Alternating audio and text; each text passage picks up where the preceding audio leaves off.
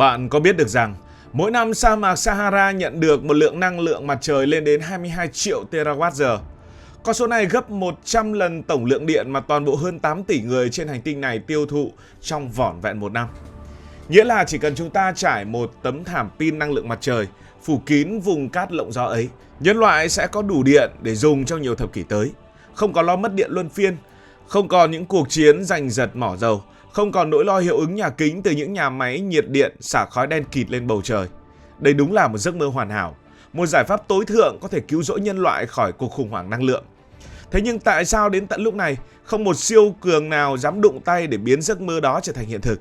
Tại sao các chuyên gia lại gọi ý tưởng này là nút bấm tự hủy của trái đất? Chào mừng các bạn đến với một trong những nghịch lý vĩ đại nhất của kỹ thuật, tự nhiên và địa chính trị.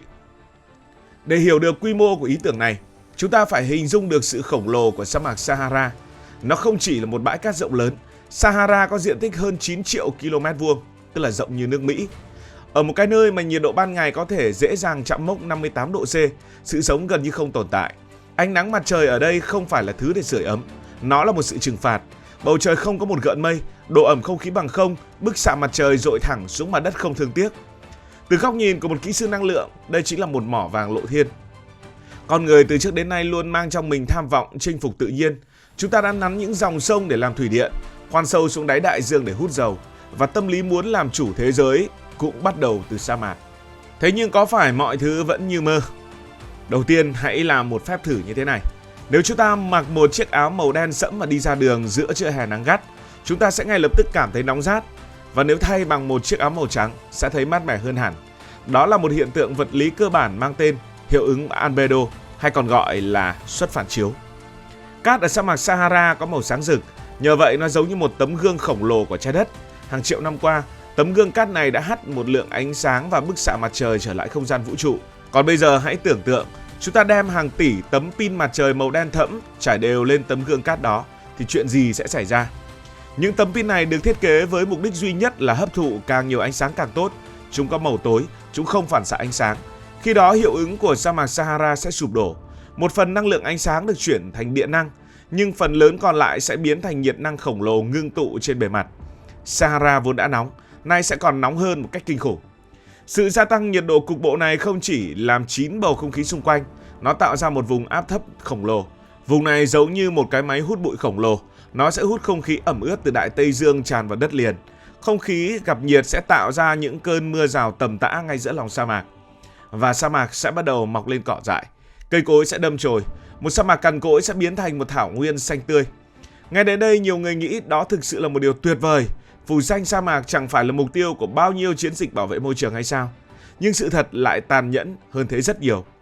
Sự kiện Sahara xanh chính là phát súng kết liễu một thứ vô cùng quan trọng ở cách đó hàng vạn cây số. Đó chính là rừng rậm Amazon. Nhưng sa mạc Sahara thì liên quan gì đến rừng rậm Amazon? Khoảng cách từ sa mạc Sahara đến rừng nhiệt đới Amazon ở Nam Mỹ, nói là cả vạn cây thì hơi nói quá, cụ thể là hơn 4.000 cây. Một bên là biển cát khô cằn bậc nhất thế giới, một bên là lá phổi xanh ẩm ướt và đa dạng sinh học nhất hành tinh. Chúng bị ngăn cách bởi toàn bộ dải Đại Tây Dương bao la. Về mặt địa lý dường như không có bất kỳ một sự liên quan nào, nhưng thiên nhiên lại là một người kể chuyện vĩ đại. Trong lòng sa mạc Sahara có một khu vực mang tên là vùng trũng Bordeaux, nằm ở quốc gia Chad. Nơi đây từng là một hồ nước ngọt khổng lồ thời tiền sử. Qua hàng triệu năm khô cạn, xác của những sinh vật và tảo dưới đáy hồ đã biến thành một lớp bụi siêu mịn. Lớp bụi này chứa một lượng phốt pho khổng lồ, và đây chính là một trong những thành phần quan trọng nhất trong phân bón. Mỗi năm những cơn gió mậu dịch mạnh mẽ lại cuốn lên bầu trời hàng trăm triệu tấn bụi phốt pho này. Gió thổi chúng băng qua Đại Tây Dương. Cuối cùng, cơn mưa phùn ở Nam Mỹ sẽ mang lớp phân bón vô giá này rơi xuống và tưới tắm cho rừng Amazon. Đất ở rừng nhiệt đới Amazon thực chất là cực kỳ nghèo dinh dưỡng. Lượng mưa khổng lồ mỗi ngày đã rửa trôi hết những khoáng chất trong lòng đất. Rừng Amazon tồn tại và phát triển xanh tốt đến được ngày nay, hoàn toàn nhờ vào nguồn viện trợ phân bón miễn phí bay tới từ sa mạc Sahara. Bây giờ, hãy quay lại với dự án pin mặt trời. Nếu pin phủ kín, sa mạc Sahara sẽ nóng lên, mưa sẽ rơi, cỏ cây mọc phủ kín mặt đất, rễ cây sẽ ghim chặt lớp cát lại. Những cơn bão cát mang theo phốt pho sẽ bị chặn đứng hoàn toàn. Và khi bầu trời Đại Tây Dương không còn bụi cát bay qua, rừng Amazon lập tức sẽ bị cắt đứt nguồn sống. Không có phân từ Sahara, hệ thực vật khổng lồ ở Nam Mỹ sẽ dần thoi thóp và lụi tàn. Khi lá phổi xanh của thế giới ngừng thở, lượng khí carbon dioxide trong khí quyển sẽ tăng vọt, khí hậu toàn cầu sẽ sụp đổ. Một thảm họa sinh thái cấp độ hủy diệt hàng loạt sẽ diễn ra chỉ vì chúng ta muốn có thêm điện để dùng. Đây chính là minh chứng rõ ràng nhất cho hiệu ứng bươm bướm. Một cái cánh bướm đập ở Bắc Phi có thể gây ra một cơn đại hồng thủy ở Nam Mỹ. Bây giờ hãy tạm bỏ qua câu chuyện vĩ mô về khí hậu, hãy nhìn vào bài toán kỹ thuật thực tế. Để dựng những tổ hợp công nghiệp giữa môi trường khắc nghiệt không phải là chuyện dùng tiền là giải quyết được. Pin mặt trời là một thiết bị công nghệ khá mong manh. Dù được quảng cáo là tiên tiến đến đâu, chúng vẫn có những điểm yếu chí mạng. Nếu đưa chúng đến sa mạc Sahara thì sao? Đầu tiên là nhiệt độ. Có một nghịch lý trớ trêu cho ngành năng lượng mặt trời. Đó là pin cần nắng nhưng lại cực kỳ ghét nóng. Hầu hết các tấm nền quang điện đạt hiệu suất tối đa ở môi trường khoảng 25 độ C. Ở sa mạc Sahara, nhiệt độ không khí đã là hơn 50 độ C. Nhiệt độ bề mặt hấp thụ bức xạ của tấm pin dễ dàng 80-90 độ C. Tuổi thọ của pin thay vì khoảng 20 năm, có khi sẽ hỏng chỉ sau vài tháng. Thứ hai đó là kẻ thù mang tên bão cát. Cát ở sa mạc không hiền hòa như cát trên bãi biển. Thành phần chính của cát là thạch anh. Thạch anh có độ cứng vô cùng khủng khiếp. Khi những cơn bão cát với sức gió hàng trăm km/h trôi qua, hàng tỷ hạt cát thạch anh sẽ va đập vào bề mặt kính bảo vệ của tấm pin mặt trời. Thứ ba đó là bài toán làm sạch. Bụi bám trên mặt pin sẽ chặn ánh sáng mặt trời. Để duy trì hiệu suất hoạt động của hệ thống quy mô lớn như vậy, bạn phải lau rửa chúng thường xuyên. Nhưng lấy nước ở đâu để rửa hàng tỷ tấm pin giữa nơi khô hạn nhất hành tinh? Chi phí vận hành, bảo trì, bảo dưỡng và cung cấp nước cho một hệ thống như vậy sẽ tiêu tốn một lượng điện năng khổng lồ, thậm chí có thể bằng chính lượng điện mà các tấm pin đó sinh ra. Thôi bây giờ hãy bỏ qua những câu chuyện đê đi mà giả sử con người làm được.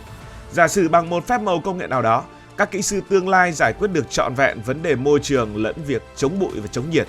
Chúng ta thực sự tạo ra một lượng điện khổng lồ giữa sa mạc. Một vấn đề khổng lồ khác lúc này lại xuất hiện, đó là làm sao để mang nguồn điện đó đến cho người dùng. Điện không giống như lúa gạo hay dầu mỏ, chúng ta không thể đóng thùng nó lại, chất lên tàu rồi chở đi. Điện sản xuất ra phải được tiêu thụ, và trung tâm tiêu thụ năng lượng gần nhất Sahara không phải là châu Phi mà là châu Âu. Để đưa điện từ Bắc Phi vượt qua biển Địa Trung Hải sang châu Âu, chúng ta có một cách duy nhất, đó là xây dựng hệ thống cáp điện ngầm dưới đáy biển. Việc giải những sợi cáp khổng lồ, nặng nề, đắt đỏ, phức tạp này xuống những rãnh nứt sâu thẳm dưới đáy Địa Trung Hải là một thách thức kỹ thuật rất lớn, chi phí cũng là rất lớn. Trong quá khứ vào năm 2009, một liên minh của các tập đoàn công nghiệp lớn nhất của Đức đã từng mơ một giấc mơ tương tự. Họ lập ra một dự án có tên là Desertec. Mục tiêu của họ là xây dựng các nhà máy năng lượng mặt trời ở Bắc Phi để cung cấp khoảng 15% nhu cầu điện cho toàn cầu. Nhưng dự án này đã chết yểu. Và quan trọng nhất là các nhà đầu tư nhận ra một rủi ro quá lớn, rủi ro ở tầm vóc vĩ mô. Đó là rủi ro liên quan đến các quốc gia. Bây giờ bạn đặt mình vào vị trí của những nhà lãnh đạo châu Âu hay châu Á. Liệu bạn có dám giao phó sứ mệnh của toàn bộ quốc gia mình vào một khu vực bất ổn nhất nhì thế giới hay không? Bởi vì khu vực Bắc Phi và Trung Đông vốn dĩ là một lò lửa của những cuộc xung đột sắc tộc, tôn giáo và sự bất ổn chính quyền triền miên. Nếu toàn bộ nguồn điện thế giới phụ thuộc vào những tấm pin ở Sahara, điều đó đồng nghĩa với việc bỏ tất cả trứng vào một giỏ. Chỉ cần một cuộc binh biến xảy ra, toàn bộ các nhà máy ở Berlin, trung tâm tài chính ở London hay các bệnh viện ở Paris sẽ chìm trong bóng tối. Đến đây, ý tưởng phủ kín sa mạc Sahara bằng pin năng lượng mặt trời là một minh chứng hoàn hảo cho sự lãng mạn của trí tưởng tượng con người. Thiên nhiên đã sắp xếp mọi thứ theo những trật tự hoàn hảo của nó.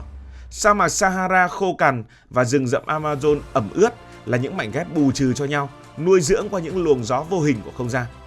Giấc mơ Sahara mãi mãi chỉ là một giấc mơ vĩ đại và nằm trên giấy mà thôi.